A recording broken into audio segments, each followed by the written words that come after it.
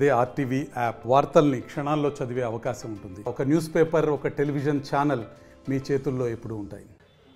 ఏపీలో రాష్ట్ర రాజకీయం మెడికల్ కళాశాలల చుట్టూ తిరుగుతుంది. రాష్ట్ర ప్రభుత్వం పీపీపీ విధానం పేరుతో ప్రైవేటు పరం చేస్తుందని చెప్పి ప్రజా సంఘాలు పెద్ద ఎత్తున ఆగ్రహం వ్యక్తం చేస్తున్నాయి. మరోవైపు వైసీపీ పార్టీ ఇవాళ రాష్ట్ర వ్యాప్తంగా ఎస్ఎస్ఎల్ ఆధ్వర్యంలో అంబేద్కర్ విగ్రహాలకి రిప్రజెంటేషన్స్ ఇచ్చినటువంటి పరిస్థితి ఉంది. మనతో మాట్లాడే ప్రజా సంఘం నాయకులు శివనాగిరెడ్డి ఉన్నారు. సార్ చెప్పండి, ఈరోజు ఎందుకోసం పీపీపీ మోడల్ మీరు వ్యతిరేకిస్తున్నారు?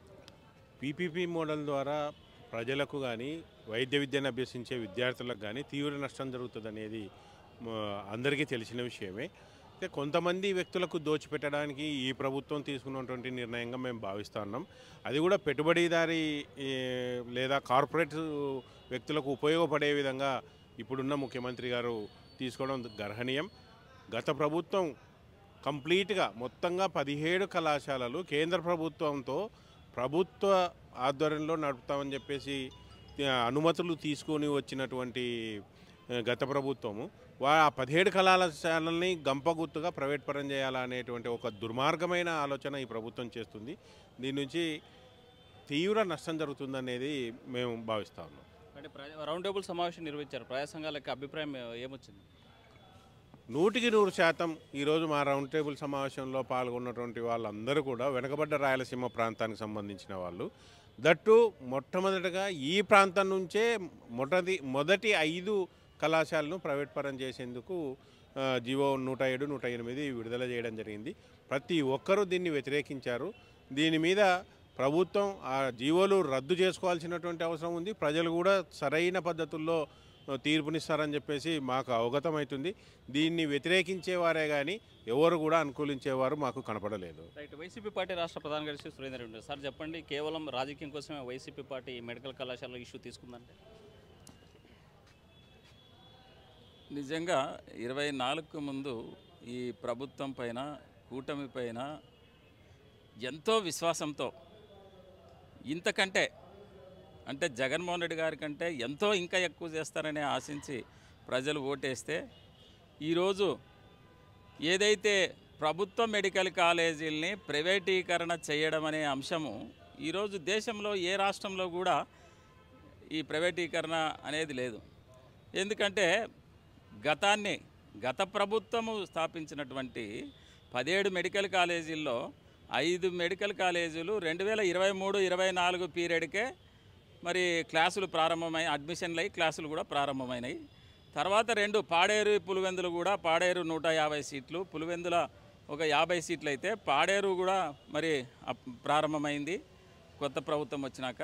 అయితే మరి పులివెందుల దురుద్దేశంతో పులివెందులో చదువుకునే పిల్లలకి ఏముంటుంది దురుద్దేశం, రాజకీయాలు ఏముండవు. ఒకవేళ అక్కడ కూడా 50 సీట్లను కూడా మరి రద్దు చేసి అక్కడ పులివెందుల్లో కాలేజీ ప్రారంభం లేకుండా చేయడం జరిగింది. ఆ 7 కాలేజీలు అయితే మిగతా 10 కాలేజీలు ఈ నెల 4వ తారీఖు జరిగినటువంటి క్యాబినెట్ మీటింగ్లో ప్రైవేటీకరణ చేయాలని చెప్పి మీరు తీర్మానం చేశారు. మరి ఏ విధంగా ప్రైవేటీకరణ చేయాలనుకుంటున్నారు? ప్రజలు ఆశిస్తున్నారా ప్రైవేటీకరణ చేయమని?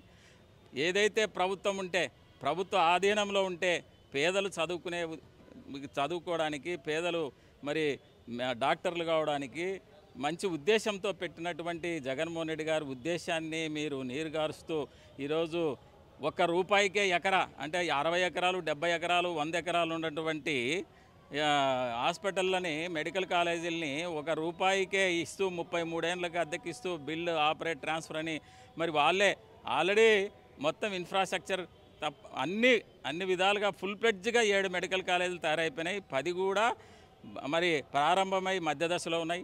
ఇవి పూర్తి చేసి ప్రజలకు అంకితం చేయాల్సినటువంటి ఈ ప్రభుత్వము మరి చంద్రబాబు నాయుడు గారు ఈరోజు ప్రైవేటీకరణ దిశగా వెళ్తూ ఉంటే, అంటే ప్రైవేటీకరణ చేయడం లేదు, పీపీపీ మోడల్లో దీన్ని డెవలప్ చేస్తున్నామని ప్రభుత్వం ఉంటుంది. ప్రైవేటీకరణ పూర్తిస్థాయి చేయడం లేదనేది ప్రభుత్వం చెప్తుందిగా. పబ్లిక్కి అర్థం కాని పదాలు ఇవి. పబ్లిక్ ప్రైవేట్ పార్టిసిపేషన్ ఇవన్నీ కూడా ఆపరేషన్ అనేది ప్రైవేటు వ్యక్తుల నుంచే జరుగుతుంది. ఈరోజు మనది వెనుకబడిన జిల్లా కర్నూలు. ఈ కర్నూలు జిల్లాలో ముఖ్యంగా ఆదోని ప్రాంతం, దాదాపు ఆదోని 100 కిలోమీటర్లు అయితే మనకి కర్ణాటక బార్డర్ 150 కిలోమీటర్లు ఉంది. ఎక్కడ కూడా వైద్య వసతి లేదు. ప్రాథమిక వైద్యాలు చేస్తారు, ఏదైతే సీరియస్ అయిందో వెంటనే కర్నూలు పెద్ద ఆసుపత్రికి తీసుకెళ్ళమని చెప్తున్నారు. మధ్యలోనే ఈ 150 కిలోమీటర్ల మధ్యలోనే సగం మంది చనిపోతూ ఉన్నారు. అయితే మెడికల్ కాలేజీ ఆదోని వెనకబడిన రెవెన్యూ డివిజన్లో ఈరోజు ఆదోని మీరే కొత్త జిల్లా చేయాలనుకుంటున్నారు. అటువంటి పరిస్థితుల్లో మెడికల్ కాలేజీని స్థాపించి ప్రారంభిస్తే మరి పేద పిల్లలు కానీ అందరూ కూడా చదువుకునే అవకాశాలు ఉంటాయి. ఎందుకంటే భయపడాల్సిన అవసరం ఉండదు. అంటే చదివితే మనకు సీట్లు వస్తాయనే ఉద్దేశం ఉంటుంది. దాదాపు మరి జగన్మోహన్ రెడ్డి గారు స్థాపించిన దాంట్లో 850 సీట్లు, 850 మంది ఇప్పుడు చదువుకుంటున్నారు ఆల్రెడీ. టోటల్గా 2550 మంది మరి ప్రతి సంవత్సరం 17 మెడికల్ కాలేజీలో బయటకు రావాల్సినటువంటి అవసరం ఉంది. మీ యాక్షన్ ప్లాన్ ఏంటి? ఎటువంటి పరిస్థితుల్లో కూడా ఈ మెడికల్ కాలేజీల్ని ప్రైవేటు పరం చేయనీయము.